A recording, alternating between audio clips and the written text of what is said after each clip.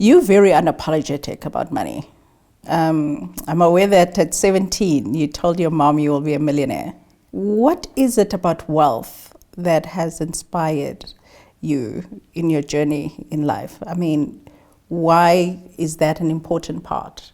And how does that add value to you as a human being?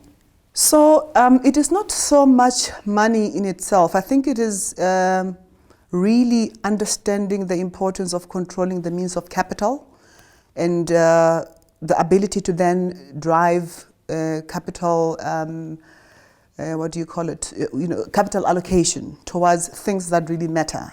So when I was a kid, because I was such a reader, I read everything, whether it was books, novels, magazines, and at the time they had People magazine. I think it's still there now. I haven't seen it in a while. I haven't seen it in a while as well, but when we were a kid, it was quite a big thing, and it gave us a window into the American life of things. And I mean, for me, I came across somebody like an Oprah Winfrey through People magazine, and I remember she, at the time, this is in the 80s, she was doing some philanthropic work in Africa. I think she's always been into, empowering young girls and things like that. And I was quite inspired by that. And I thought, geez, she can do it because she is wealthy. Yeah.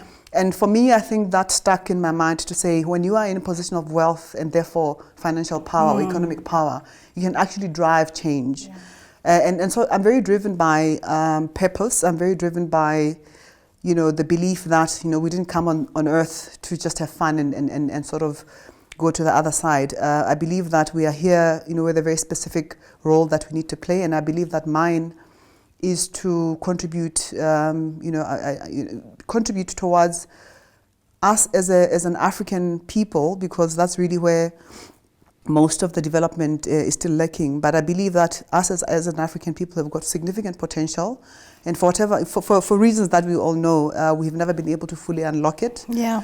And I believe that it is my purpose to play some role in contributing towards unlocking our potential. And I do think that until, whether it's myself or similar-minded Africans, until we are in a position of controlling the means of capital, we will forever be begging to the rest of the world to help us solve our problems. Whereas when we have got control over that capital, we know our challenges. And I believe that in us lies the answer to the solution to those challenges. Yeah. I don't think that we can parachute solutions from anywhere else in the world. Yeah. Which we do. Yes. Quite readily. Absolutely. Well, I suppose we have not had much of a choice in many instances. What others could argue differently. But I certainly think that we have the lived experience. That's the advantage we have over the world. Nobody can come to Africa and tell me as an African what my lived experience is, what my challenges are, and what a lasting solution to those challenges should be, except myself and the people that share a similar lived experience. But I think until we are able to amass the wealth that we require to then be able to, as I said, deploy and allocate capital appropriately, we will forever be the so-called dark continent, as it were. So it's got a context, the wealth. It's not just for the sake of it. It's not. It's a means to an end. It's not an end in itself. It's not about, there's being rich and then there's being wealthy.